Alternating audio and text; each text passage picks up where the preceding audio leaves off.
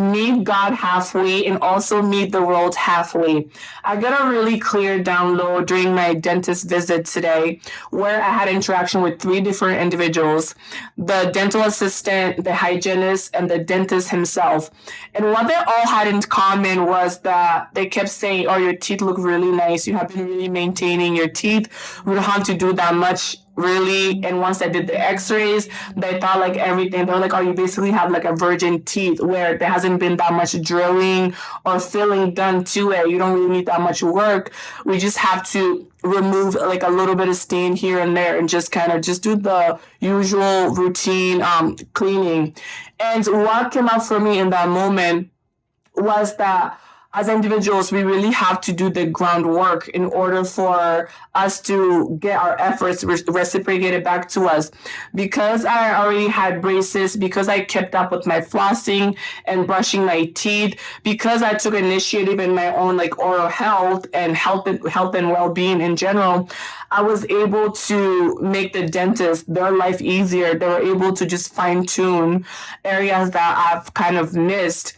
And what came up for me was that this can be a life lesson in general, because there's so many times where people are just seeking to get taken care of without having personal accountability for themselves. We live in a world that we feel like we have to be broken or look like we're broken so people can take care of us.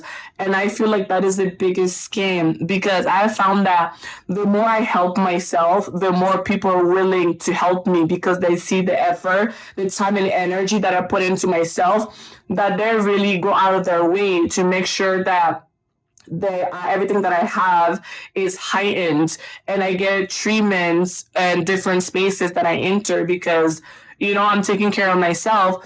And so that's what's been coming up for me, to really tap into the energy of being proactive in our own lives and not waiting to be saved, right?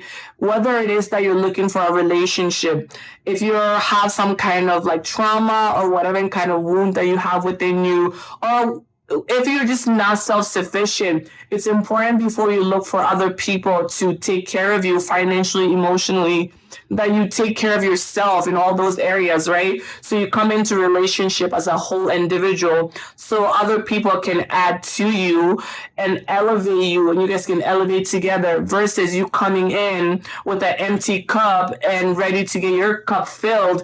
Then that seems like a lot of pressure on people to do. You have to always fill up your own cup first.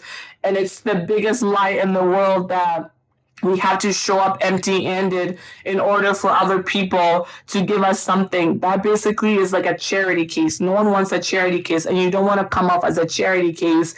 And that download has been really clear to me today on my dentist appointment by my interaction with all those three individuals, that as individuals, we have to take personal responsibility of our own health and well-being, our happiness, our finances. We had to come in all kind of relationship as whole individuals in order for the world to reciprocate for us.